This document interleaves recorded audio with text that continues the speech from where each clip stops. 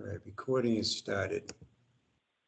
Okay, so I just want to read the introduction that we need to read, given that our meeting is remote.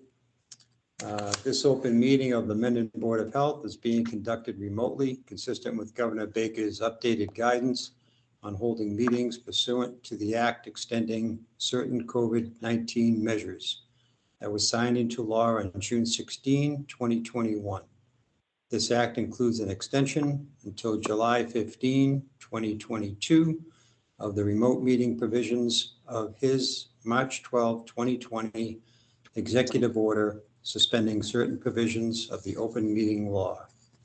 The order allows public bodies to meet entirely remotely so long as reasonable public access is afforded so that the public can follow along with the deliberations of the meeting. For this meeting, the Mendon Board of Health is convening by video telephone conference as posted on the town's website, identifying how the public may join. This meeting will feature public comment.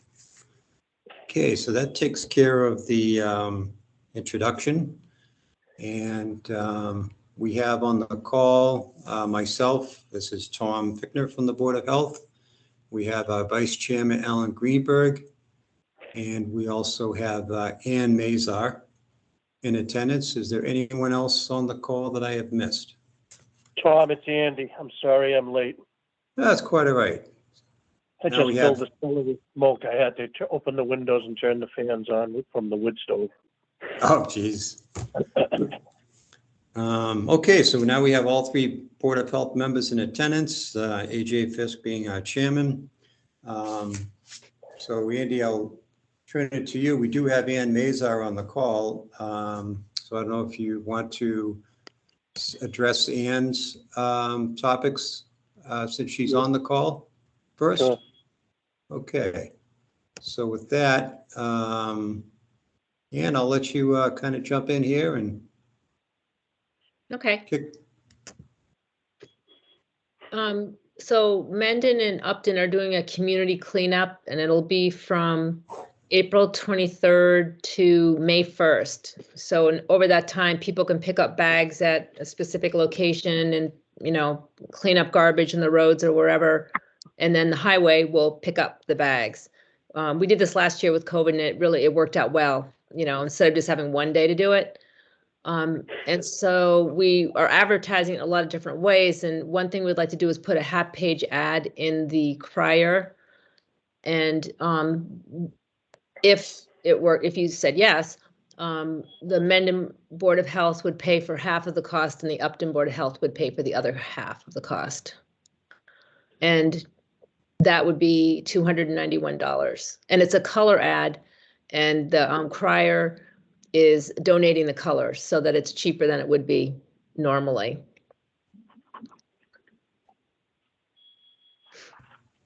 Okay, so I will turn to Andy first for discussion. Normally, we would ask Missy, do we have that money? None of us have any knowledge as to whether that money exists for us to use or how to get at it. So if it is available, by all means, I would say, yes, we will do it. I'm assuming it is. It's not a great sum of money, but is Kim Newman on our call this evening, Tom? No, Kim had a conflict. Alan had informed at the beginning of the call she was unable to attend. Okay, so Ann, I don't, at this time, I can't say yes or no. I'm assuming yes, but when do you need to know by? April 4th. So I don't know, like you can make a vote saying that something along the lines of, you know, if there's funding in the account, you know, we support it. And then I can ask Kim if there is. I don't know. I'm all for it. Tom, are you for it or against it? No, I'd be for it. I think it's a good expense. I don't think we have an issue, to be honest with you, budget-wise. But I would vote in favor of it. I'm on board with that, and I'm willing to make the motion. Go ahead, please. If funding is available, Town of Mendon Board of Health to pay half the cost of a half-page ad in the crier for the sum of approximately $291 Okay, I for second the the motion. community cleanup. Thank I you, second, Tom. I second the motion. Yep. Thank you, all in favor. Tom, aye. Here you go, Ann. All right, thank you. Will you be reaching out to Kim directly or? Sure, I can contact Kim. Thank you. The other thing that you don't really need to vote on tonight, but I didn't know if you wanted to do the mosquito flyer again, or possibly instead of a flyer, do an ad, which would be a little cheaper, but I can get back to you on that if you're interested. All right, thank you. Okay, so I'll just be in touch with some more information on that then, I guess. Okay. Out of curiosity, Ann, was that flyer, is that the annual one that you typically would put out? Yeah. Yeah, okay. I mean, I'd update it with, more current information, but it's basically that flyer, just to let people know. I mean, there's a lot of things that people can do to not get bitten by mosquitoes and to prevent them, from breeding. And so it just seems like good information for people to have. And is that a separate cost item as well that we normally take on with that flyer? You have in the past, you've paid for a flyer, and then an ad's a little bit cheaper. A flyer's probably better because then people can hold on to it, and use it for reference. But so, and I mean, and the insert, if you did that, would be around $700. So that's quite a bit more, but it is something that you've done in the past. I can ask him too, like, what account that would come out of and how much money there's in it, and then I could get back to you.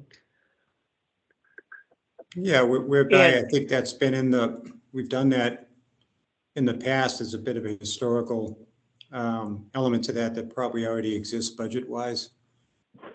So I wouldn't imagine there'd be an issue with that one, but I would be in favor of it. Okay. And does that also cover ticks? I mean, it does, just because a lot of it overlaps, and but I could, I have to go back and read it. I know a lot of, I know like the insecticides, do ticks and mosquitoes. A lot of the practices are more for getting rid of mosquitoes, but we could add information on ticks too, possibly. Yeah, I believe ticks are very important. I know we had a discussion in prior years about not just mosquitoes affecting humans, but also our livestock, and I believe that was added. Oh yeah, we had a little thing about the encephalitis in horses and getting your horses vaccinated, but that was limited to mosquitoes. Yeah.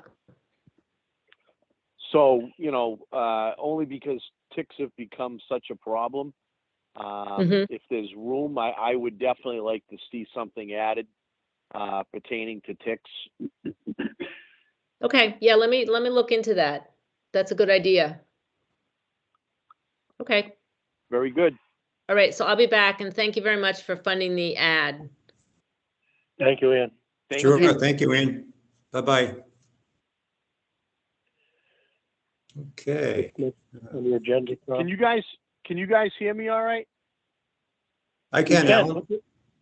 Put your earbuds back in. Well, they are in. Oh, you don't want to hear me. That's great, Fisky. Nice. I can take like the first three things off the list real quick. I had a discussion with Kim because she reached out to me to let me know that there was a conflict. She's taking care of select board executive session things. So we can go right through this. Let's see. As far as the update for the open position at the Board of Health, it closes on the 31st of this month. She's got 35 plus applicants. She will, after she thins through those, they'll be setting up dates for interviews. The goal is to hire somebody by the end of April. Kim is going to be away from the 15th to the 24th of April. She's going on a cruise, so there's a period of time that she won't be available during the month. So we got to keep that in mind for the dates for the interviews. And she, you know, even though there are currently in town some issues with the union, she and the select board want to hire someone as written for that job interview, for that job. They don't want to go back to just hiring someone just for the Board of Health. Okay. So that's her information on that topic. Hazardous Waste Day, she still hasn't heard back from Clean Harbors. We discussed maybe a new company. From what I understand with conversations with Missy, there aren't many companies out there. It sounds as though the sharks keep eating up the little fish. I was hoping maybe that NEDT out of Sutton did that, but according to Missy, they don't do mobile. You can give them a chunk of money, like $10,000, and your residents can go there, and each resident would get like a $50 credit towards what they brought in. So I'm gonna try to find another company, or I'm gonna reach out to Clean Harbors and try to put some pressure on them. That's kind of the way it was left. As far as the scholarships go, she still has to reach out to the schools.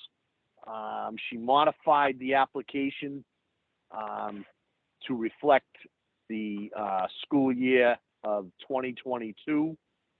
Right now, she has the deadline for applications as 5/20/22, which is obviously most likely after awards night. But she went by what we did last year. The date was, I believe, she said 5/21/21. But she's going to reach out to the schools and discuss that with them before they get sent out to the schools. So those three things, that's where we stand. Let me just cut in for a minute. Missy should be on the meeting any minute now. She has some information on the scholarship.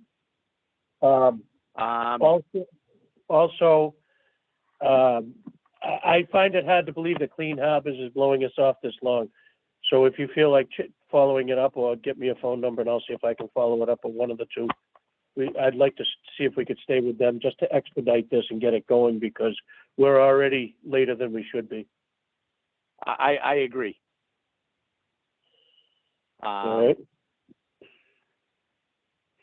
I had a conversation with Missy about 15 minutes before the meeting. She said to me that she was not calling in tonight.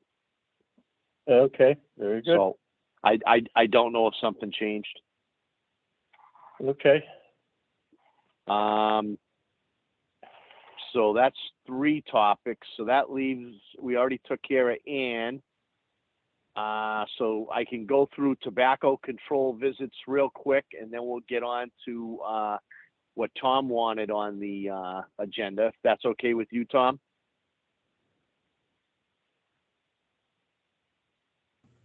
Oops, sorry. Yes, oh yeah, that's fine with me. Keep going. All right. I got a lead from Missy, of course, a girl named Joan Hamlet. She's actually out of Athol, but I believe she has something to do with the Leominster Board of Health based on the email she gave me. She does have 2 per diem people that work for her in this area, and she is now working for the town of Uxbridge doing their tobacco enforcement. She is interested. She was hoping to call in tonight around 7:30, but something came up during the course of the day, and she wants to be on the agenda for our next meeting. But it does sound very positive. I believe she mentioned her per diem people are getting like $32 an hour. She just bumped them up a little bit. They've got a lot of experience. They do a wide array of things. They have an educational packet that they send out to the people that have a tobacco license. They do the inspections, and they also do the enforcement and the fining if necessary. I couldn't remember Elliot Brown, but I told her that, you know, we did have somebody that, you know, had worked for us for a number of years, and it had worked out. I did tell her that we interviewed someone from Bellingham, and unfortunately it never went any further than the interview. We're not sure why it didn't go any further. But again, she does have 2 people in this area already working for her. Sounds like she's got a pretty good size organization, and she would like to get put on the agenda for the next meeting. That's it on that issue. Okay, thank you, Alan. Welcome. What else was on the agenda this evening? Discuss Board of Health support staff functions. And that's a topic that Tom would like to discuss. Speak. I don't actually remember giving you that as a topic from my end. Oh, you wanted to talk and make sure that like Steve Donatelli and Daniel and Danielle all kind of knew what they needed to do, and that, you know, they didn't have to discuss everything with us. We just need to get the job done, and we need to make sure people get the appropriate attention. Did I word it incorrectly, Tom? No, I think what I was recalling was I know that there was an email that came out from Jody indicating that Tracy was going to be kind of coming on board to provide some office coverage time. And Okay. I know that there was a plan you had to connect with Tracy, I think yesterday, to kind of go through some things with her. I don't know if that happened. According to Kim, she was supposed to start yesterday, 4:30 to 6:30. I showed up at 20 minutes of 5, and I sent Kim a text. All buildings were locked and dark. There was nobody around, and I didn't get a response as of yet. But I was gonna, you know, go over with Tracy the little bit that I know and try to show her where things were. That, you know, Missy made us aware of before her last day. But unfortunately, I couldn't make that happen. And I still, you know, 24 hours later, I still don't know what happened. So Out of I may have curiosity, worded. well, just one out Go of ahead. curiosity, was there a reach out to Tracy in advance of yesterday to schedule a meeting, or was there just an assumption she was going to be there starting yesterday? I went off of my conversation with Kim when I asked her when Tracy was starting. Okay, so it was an expectation she was going to just kind of be over there at 4:30 yesterday? Right, 4:30 to 6:30 on Tuesdays, Thursdays, and I believe it's 9:30 to 12:30 on Fridays, according to the email that we got. But I did, when I had my conversation with Kim Tuesday afternoon, I don't remember exactly what time it was. When I got all this other information, and she confirmed, you know, that Tracy was supposed to start yesterday. So I don't know what happened. I did, like I said, send her a text because I went down there to, you know, help her. and, answer any questions I could answer. But unfortunately, like I said, 24 hours later, I still don't know what happened. So what was your expectation, Alan, out of curiosity with regard to the coverage format? With Tracy or with? With Tracy, yeah. Well, according to the way I read the email, is that she was going to be in the office. The office was going to be open and functioning for 7 hours a week. I couldn't locate the email. So it was Tuesdays and Thursdays, you said, 4:30 to 6:30? I believe it was yeah, and then Friday, like 9:30 to 12:30. Okay. That's the way I read it. Yep, okay. Now, if it's there in the email, that's what was outlined, so. So obviously she was going to stay long 2 days, and then she was going to come in on Friday, a day that she doesn't normally work, which, greatly appreciated. But, something got, confused, or, an obligation that wasn't foreseen. And even though I went down to try to help her, and Kim had expectations that she was going to be there, something came up. Right. We'll get it ironed out. I mean, I was just thrilled that we were going to be open.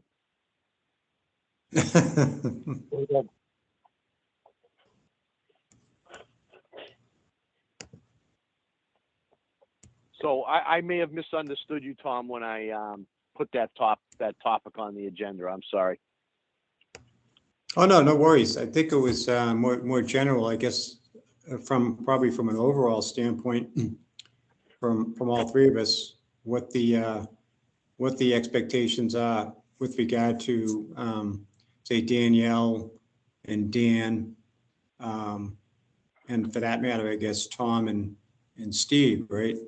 That also kind of play a role in providing support. Correct. I think they're all doing everything they can.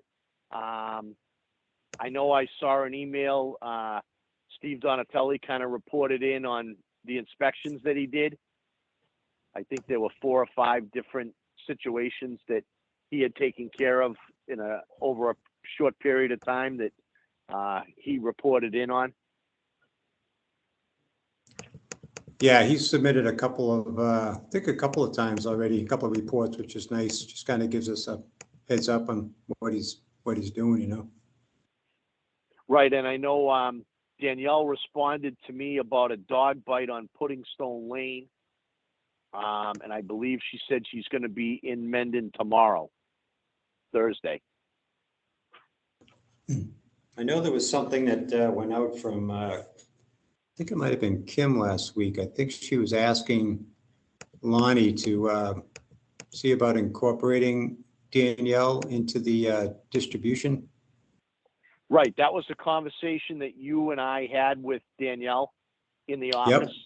Yep. So I was supposed to follow that up with Kim, so I did.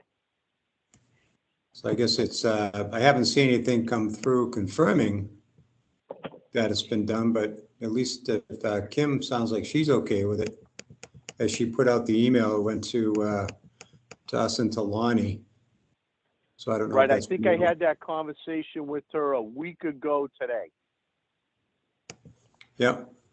So I don't know exactly. Back to me on she got back to me on a Wednesday afternoon, and I requested that. Oh, and speak of the devil, I think we have Kim on the call. Hey, Kim. Hi guys, we just finished up, so I figured I'd jump in. I'm sure you already passed all my stuff, but just in case. No, I covered for you. Okay, I knew you would. That's why I wasn't worried about it. In fact, I was like, my daughter's making steak sandwiches, and she was making me one, and I was like, wait, I'm gonna check and see if they need me. So, you're good.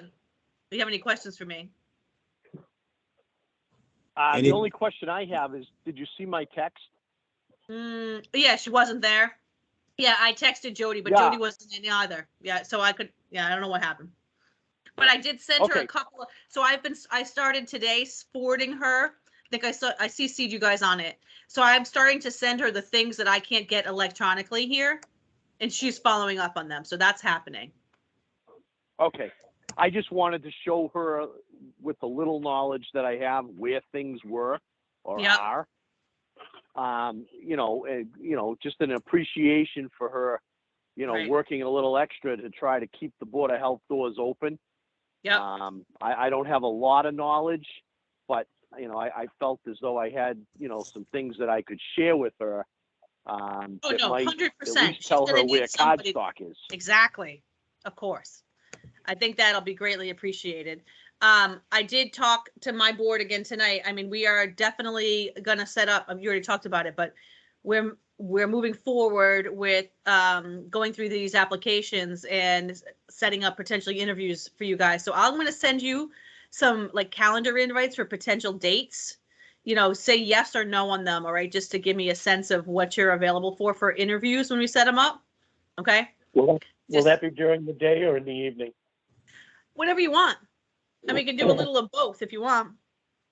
I mean, typically if someone's interested in a job, right, they make time.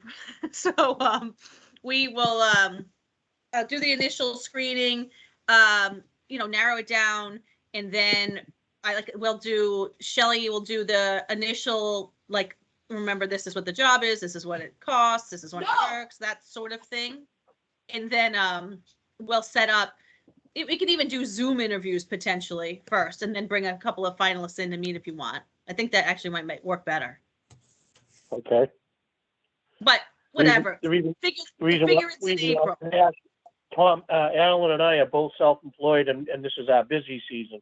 So during the Okay. day might be a little bit of a challenge. All right. So what time in the afternoon to what time in the evening do you think works? 4 to 8. Does that work for you, Alan? I'm on the later side. I'm probably more like the 6 to 8. Okay. Not that I want to throw a wrench in the works. And then Tuesday nights and Thursday nights, I'm on the road till I can't see anymore. Okay. So Monday, Wednesdays, and Fridays. Yeah. Okay. All right. Yeah. 99% sure I could do 6 to 8 on those days. Okay. And I mean, obviously I got to be able to bend a little bit too. So I'm going to do what I can to be present. Okay. Well, it'll happen fast and furious, so keep your eye open. When do you think this might start, Kim? Well, realistically, I'm going to narrow them down. I mean, it closes tomorrow. So I will have by Monday or Tuesday afternoon selected, well, we will have qualified or not qualified them all by Monday. And then I'll narrow it down to however many I think reasonably we would actually be interested in. And then I'll have Shelley do the background calls next week. So it would probably be the following week. So Okay. it's got to be before the 13th, because I'm leaving on the 13th. So, and I'd like to appoint the person on the 26th. That's how fast I want to move. So ideally what happens is we find somebody we like, and then I'll leave Shelley to negotiate the starts and all the details and all of that stuff while I'm away. And then the board appoints them when I get back. So. Sounds good. Thank you. Okay. All right. I'm going to go eat my dinner unless you got anything else. Just one thing, Kim, I don't know if you heard back from Lonnie. I saw where you would kind of put out to us and to Lonnie about adding Danielle into the distribution mix for Yes. emails. Was that going to be something acceptable? I sent the request to World Band right in that email. So she should already be added. Oh, okay, great. And Yeah, out of if you need- curiosity, the email address that would be incorporated, do you know what it was going to be offhand? It would be, I think, the one that she's using right now, isn't it Northbridge? Yeah, I know she had two of them. She had one that was Northbridge and one that was Worcester. Yeah, so I I think I forwarded the Northbridge one. We wouldn't issue her, though we probably should, but we wouldn't issue her her own Mendon one because she's not technically employed by Mendon, right? So she could have a Mendon email address, but I'm sure that would just further complicate her life. So whatever I sent in that email that World Band is on is the email that they would include. Okay. I think it's Northbridge. Yeah, well, it sounds right. I'd gotten a mail a demon response back a few days ago. And I think I tried sending something to the Worcester one. Okay. So I'm guessing it must be the Northbridge. Okay, cool. Thank you. Okay. All right, guys. Good No. night. Enjoy. No word from Clean Harbors yet? No, nothing. But I'm going to call them tomorrow because I don't like to be ignored. Yes, it's very unusual because we've used them for many years. Well, I mean, like I said, the one email I got back was the guy, he said he was like full out. He couldn't promise us a date. So I bet they are, right? Sort of catching up for lost time. And so I get it, but we need to know one way or another. So. Okay, thank you. Okay. All right. Enjoy dinner. Bye. Bye. All right, guys. So I'm gonna lay off the hazardous waste day and let Kim try to resolve that. Okay. And I will, put tobacco control on the next agenda and invite Joan Hamlet to the meeting. All righty. Thank you. Awesome. So, anything else, guys? I don't think so. Well, those are all the agenda items. I did have one thing to bring up. It kind of falls under the permit category for, Hit me. is it Hit me septic? hard. I think this is for installers. Actually, this is probably going to be more directed to you, Andy. We had received an email from Braza Construction. Cheryl Shea, I think might be her name. I got it right. Over there, she was doing a follow-up because she had not received her the installer's permit. They submitted a payment and whatnot, and I told her I'd follow up, and I had gone over to the office today, and I did find paperwork where it looked like Missy had gone to the extent of creating the the actual permit, and there was some paperwork, and luckily, while I was over there, Missy had popped in. She'd returned or brought the Go kits to the office. So I was asking her about it, and I guess this is one where she'd had a conversation with you back a bit about them actually needing some additional requirements based on what was submitted. I don't know if you recall it. Was all the paperwork that you got in order? Was it 100%? Because what I'm thinking is, when they had a license previous, it was Mingo Rhoda that took the test. Mingo has since left Braza Construction. Actually, he wasn't with them. I'm thinking of something else. He was with Sumco. Who was? Oh, David Braza. That's what it was. David Braza had the license, and he since left. He went on his own. I don't think they have anybody in their company with a current license in other towns, I believe is what it was. So somebody has to take the test, if I remember correctly. That sounds like what the gist of what Missy had stated. The two individuals, there are two different individuals that submitted licenses. They're hoisting engineer licenses. Yep.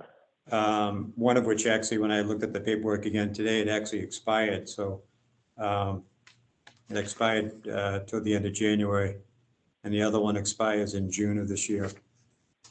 But so is it a case where we think that we need verification of the people that providing information for have actually completed the test for this? Well, they would have to take the test in our office, and it would be administered. Last time we gave one, Lenny he has to be present while they take the test. They can't just come in, and it's not an open book test. Okay, so Now, what if they were able to validate that these people had been tested somehow already? We would have to have a test administered by our town, or they have to provide 3 current licenses in other towns. Okay, so for each of the people that he's showing a license for. Yes, So 3 current licenses in other towns. Or in take the in test. good standing, yeah. Take the test in our office. That's already been explained to them. Yeah, when Cheryl had called, or when she left the email, I responded, we were talking on the phone for a little bit. And, at the time, I just said I'd do some research to find the permit, because she just happened to be going through some paperwork and noticed that they didn't have the current permit for this year. Just wanted to make sure everything was okay. And we did get the payment, the check was processed, but in addition to that, there were some signatory things that, might have to still be signed. I noticed that not everything was filled in the way I think it needed to be based on other applications I looked at. Yeah, So there was a signature missing in a couple of spots, and also too, Cheryl had just submitted or resubmitted the liability insurance because that had just expired at the 29th yesterday. So she sent over a new, current liability insurance. So we have that. So what I'll do is I'll give her a ring and let her know that we think that the individuals that are listed may not actually be certified from our perspective. So if she can produce current licenses for each of these individuals that they would have in other towns, that would suffice. Either that, or they'd have to come and take the test in our office. They have to be that's cool. proctored, right? So we have to have somebody there. Yes, that's correct. And I guess, so if it came to the test, then aspect, would we be looking for to tap Lenny or Steve or? Probably Steve at this point. He would have to be present. Okay.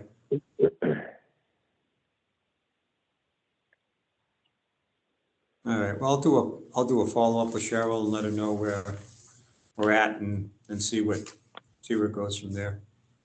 Okay. And it looks like too, I know the permit itself, when it was made out, the company name was listed as Braza Construction. But the applicant information shows it as JPB Construction, DBA Braza Construction. Is that how the permit should have actually been made out? Or did it not matter? No, it should be exactly as proposed, JPB, whoever that is, DBA. Yeah, okay, cool. We can, time comes, we can modify that. Okay. That's all I had. The only other thing that I have is I did follow up on that pool permit for 2 King Philip Path.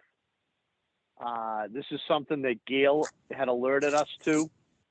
I actually went a week ago Tuesday and showed up at the guy's house to try to get it straightened out. It turned out, AJ, that when Tom and I were trying to figure it out in the office and we went to 2 King Philip Path to look at the as-built, based on where they were telling us they were going to put the pool, there wasn't enough room between the house and the leach field. And of course, the picture of the picture of the house on the assessor's information is the wrong picture. So I was totally confused as to what was going on. So like I said, I went down and saw the guy, and he has since submitted the correct information, and because the pool is going on the side of the house. But I don't know if the permit's been acted on. I don't know if we received the $100.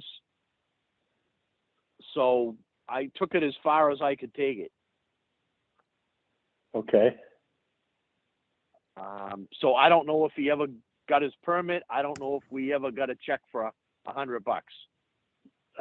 And obviously the building permit that was issued by the building department can't be correct either, because the information that they were using to issue that permit on the pool location is the wrong location.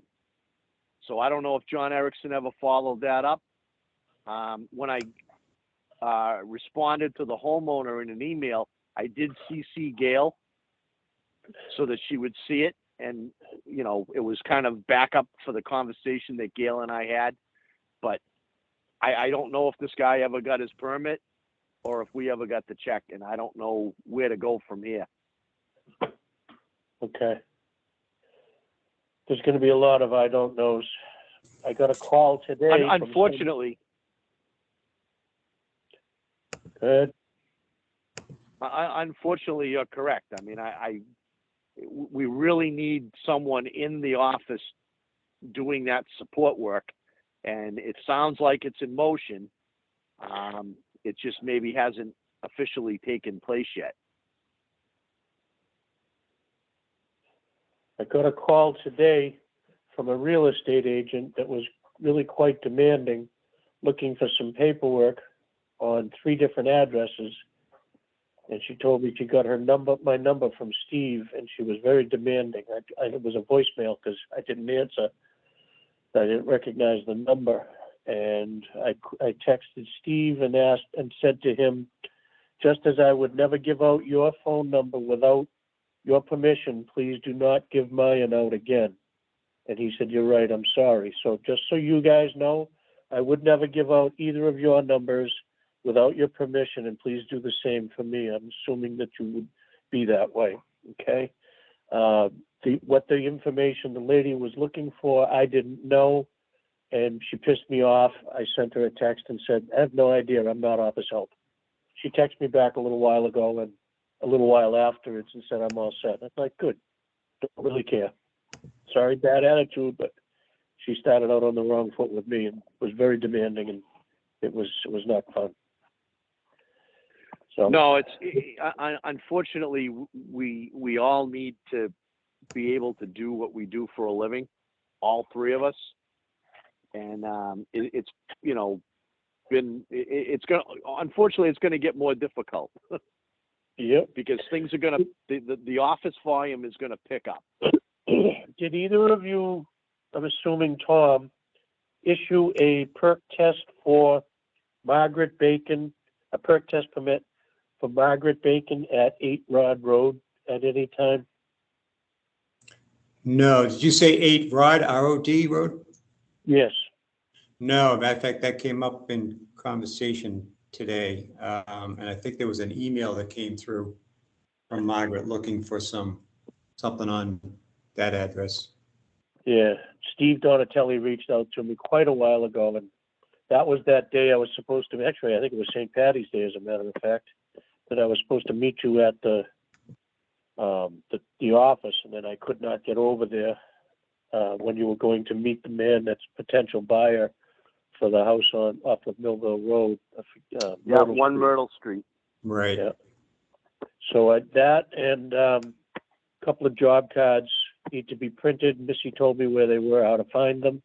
When you're in the computer, do you see any kind of a file that's called Windward file, BOH file, or job construction file? Do those ring any bells?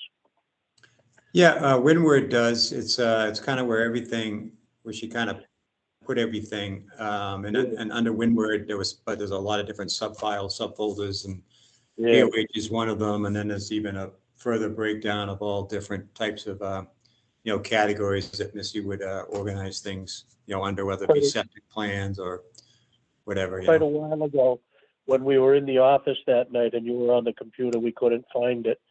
This is where she said to look. So sometime, if I can get in there when you're there, I'm not touching the computer, I'll break it. Maybe you can pull up job site cards, and we can make some changes on one and issue a couple more that are pending.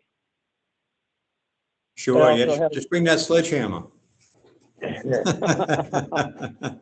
I can do that. I had a couple of pretty big ones. They're tough to swing, but I can swing them once or twice anyways. That's all it takes. Roger, yeah, no kidding. Roger Belanger also reached out to me a little while ago. Just for your own knowledge, you guys, this is the procedure. He was looking for getting a COC, Certificate of Compliance, for a D-box replacement that he had done. And after searching out how to do it, I got back to him. There is a form on our website that he has to print and have it signed by the investigating authority, which in this case was Steve Donatelli, that he witnessed that in fact the D-box was replaced properly. Steve signs it, and the installer emails it over to Tom Ryder, and he does his magic with it. So that's the process on that. If anybody should ever ask you guys, I had to search it out myself because I did not know. Just another little one that we can try to get through. And that's specific for a D-box replacement, you said? Yeah, well, it is specific for D-box. I don't know. I would imagine something like a crushed pipe. Commonly, a pipe will get crushed, and the rest of the system is still workable. I would assume that that's the same process. It would be. I would guess it is. I wouldn't see why it wouldn't be. Because I do see things come through under the title of construction, like application for construction permit that seem to be quote unquote septic related. Yeah. Type of requests, and I know as part of that application, there is a page in there that would be signed by Tom, which could be that compliance portion that you were just talking about. You know, assuming Tom's the one that did it, Steve also would be an option as well, you know.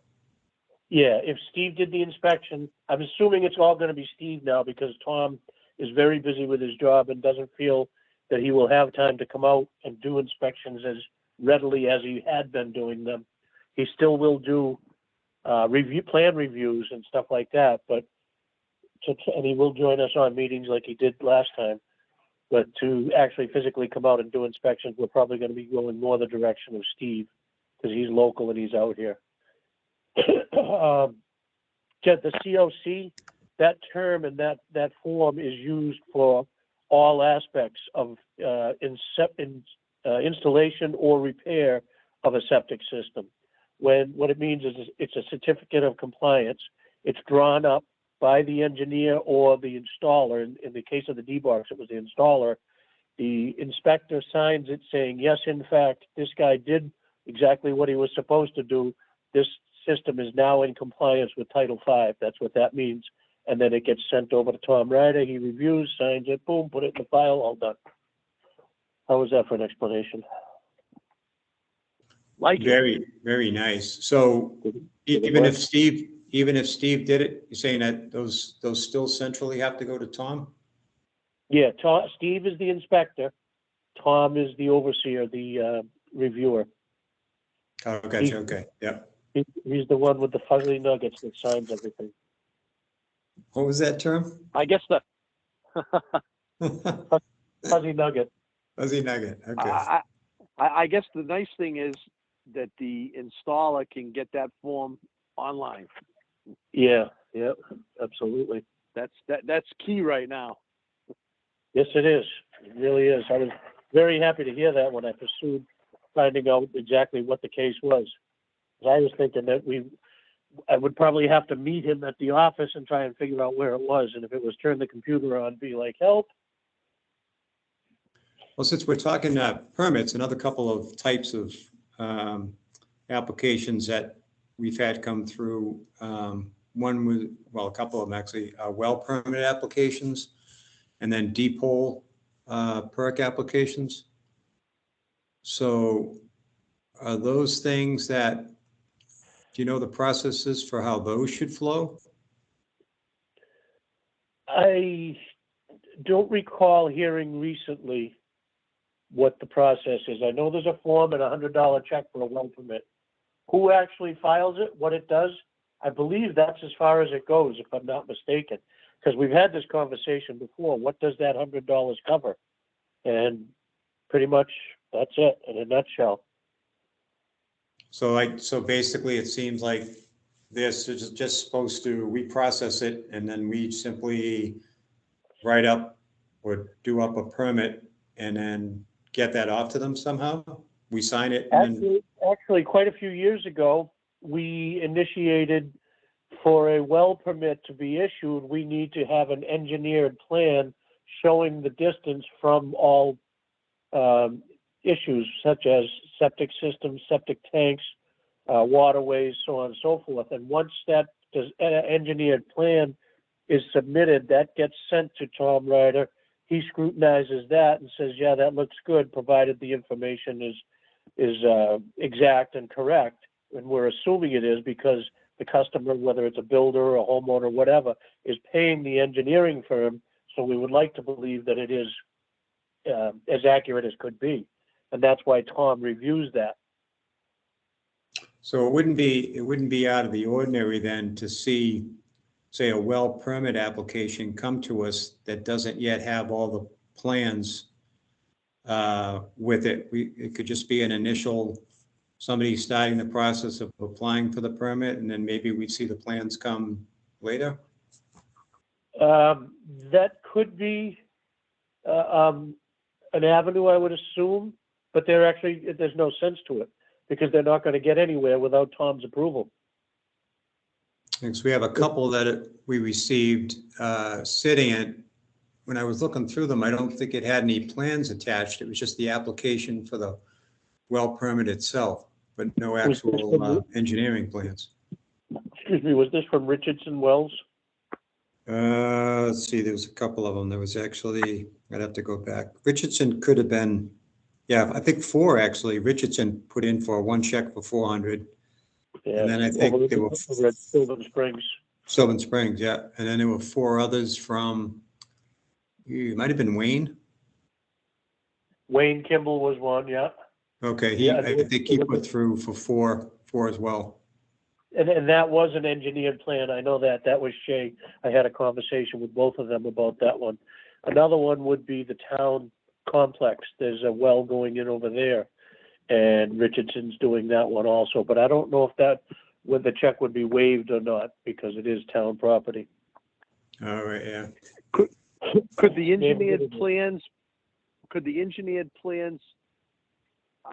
be being sent electronically directly to Tom Ryder? There's a possibility of it. I don't know that, well, the engineers would have his email, but I just don't know if Jimmy from Richardson's, Eli Richardson is a good friend of mine. Jimmy from Richardson's was one of those people that was using my phone number a little bit too liberally. And he's since stopped calling me. I had a conversation with Eli about it recently. So I don't know if they've gone further forward. I do believe they're drilling Wayne's, so that's already taking place. And they did at least one over at Sylvan Springs, and I think there's 3 more pending, unless they've done them already. So it could be something that's falling through the cracks. I don't know. Those ones at Sylvan Springs would be engineered also. Shay does them, and they give them an exact location. This is where to put the hole. Right, so it's probably a case where if we haven't seen plans yet ourselves, it's probably a case where we'd at least be probably scanning the documents that we did get with regard to the permit piece and scan them and then put them into an address folder, like what looks like what Missy would do is she would, if one wasn't already created, she would create a folder, label it with the address on it. And then all the documents that came in pertaining to that address, she would load into that folder so we could see everything that had come in. Sure. That way there, if there's ever anybody that wants to do anything on that property, if they go to buy it, work on it, whatever, they come in and say, what do you have for info on this address? Well, let me check. Right. Okay.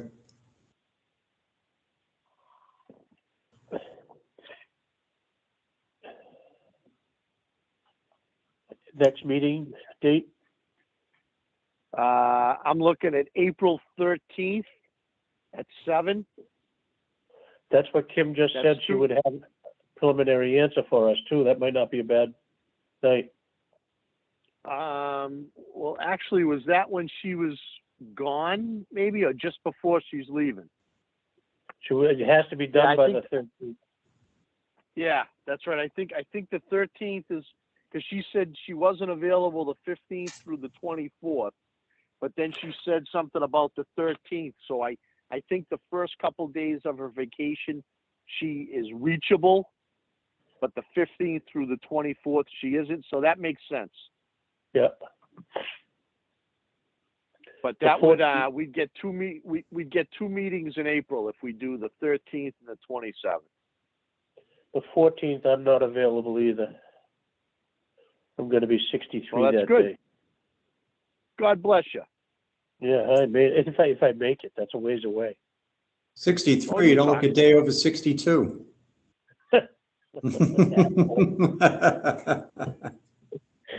Yeah, the youngster in the room is speaking, right, Tom? Hey, this is coming from the guy that's been wanting to reduce the senior discount program age down from 65 to 60. There you go. I'll qualify in a week. Oh, then maybe I'll get some support. There you go. Are If we get- you next The week? only, yeah, I'm the 8th. Yeah. Oh, happy birthday. Well, thank you. Thank you. It's going to be an interesting decade. This 60 to 70 decade. Yeah. Right at 62, watch what happens here. Of course, you're not carrying the extra weight around that I am, but at 62, I went downhill very fast. Well, you know, I was gonna say, at these tender ages, or these initial ages into a new bracket here, we have to get our inlays into, things happening down there at our senior center, so we can, shape things the way we maybe would like to see them. Well, if things don't work out for me in the Board of Health, I'll just get on the senior center board. There you go. I'm thinking things like, I know they're working on wanting to expand the property down there. They have desires to put an addition on, and I'm thinking things like, trying to make sure they kind of factor into their addition, things like a pool table, card tables, and, a wet bar, things like that. There you go. I cannot believe that they don't want to use that building that we started. It makes so much sense. Off the beaten path, it's safer. There's a sally port. You can drive in the pouring rain. The elderly can get out of the vehicles into the building. It's a beautiful building. The ambulance is right there. Everything about it. Oh, they feel they're being tucked in the woods. I thought Dan Byer had his eyes on that for the Parks Department. Yeah, he did. I think we've had a buyer or two that have actually, I think the town's looking to find a buyer for it now. Oh, at this really? point. I think I so. hope- Dan mentioned some entity that had an interest. I hope we can all get reimbursed for the time that we put in there, because I've got $100,000 worth of labor and materials in there. Yeah, I would think that the people that donated might have an issue. Yeah, I said that at town meeting one day. Darling Well did the well. Benny Pinto did all the preliminary rough plumbing. Kevin Meehan did the siding, the windows, and the roof. Linda Varney did the concrete for the foundation. Mike Jones did the conduit for the power. We dug a trench all the way from the generator at the fire department all the way over to that building. Then there's 4-inch Schedule 80s and two 2-inch Schedule 80s all the way over there. That was a big weekend. Yeah, that's a lot of pipe. Yep. How big is that building? I think it's 120 by 60. That, for some reason, those numbers stick in my head. Yeah, that's a few And square that feet. doesn't factor in, you mentioned a sally port that's part of it? When you drive in, right straight in front of you, there's a garage door. That door will open, you drive in, you unload your people, and you drive out the other side and make a loop and come back out. And the reason for that is, and there is a sally port on this new building, but they can't use it because the old building's in the way. Same thing, they close the doors and the bad guys can't get away when they take them out of the cruisers. That's the safety issue of a sally port. But why do they call it Sally? Why don't they call it bad guy? I don't know. No idea. Well, of course, you'd have to call it bad person because Yeah. you can't discriminate. Sure we can. Bad Sally. Yeah, that's it. So my availability, it's no surprise, is going to get less and less almost immediately. I'm still willing to, do the agendas as long as you guys, send me some information on something you want to see on the agenda. Thank But you. it's gonna get real tough for me to even keep up with that large volume of emails we're getting. I definitely got spoiled with Missy kind of sifting through them and only getting me the ones that I needed to know about. So do you want to hear where Sally Port came from? Yes, please. Etymology and historical usage. A sally, ultimately derived from Latin salere, which means to jump or sally sortie, is a military maneuver typically during a siege made by a defending force to harass isolated and vulnerable attackers before retreating to their defense. A gate or passage is fortified place for use by troops making a sortie, a secure entranceway, as at a prison that consists of a series of doors or gates. I don't know if that tells you what you wanted to hear or not, but that's what Merriam-Webster just told me. Hey, sounds good. I thought you recited that well. Yeah. Interesting. Educational. Well, I actually have Always. a Sally Port at the horse barn. You can drive in and And drive that would out. explain that would explain why maybe Mr. Brennan put it in, being a military guy. Could be. But yeah, it's a Mhm. series of gates so that I can get a truck back there or a trailer back there without the horses being able to Escape. get out. Yep. The bad guys. Yep. All right, gentlemen. If we're done, I'll make a motion to adjourn. I'll second the motion. Thank you. April 13th, All right. 7 p.m. You got it. Thank you. All right, gents. See ya. Thank you. Yeah. Thank Good you. night. Good night. Thank you. Thank you, guys.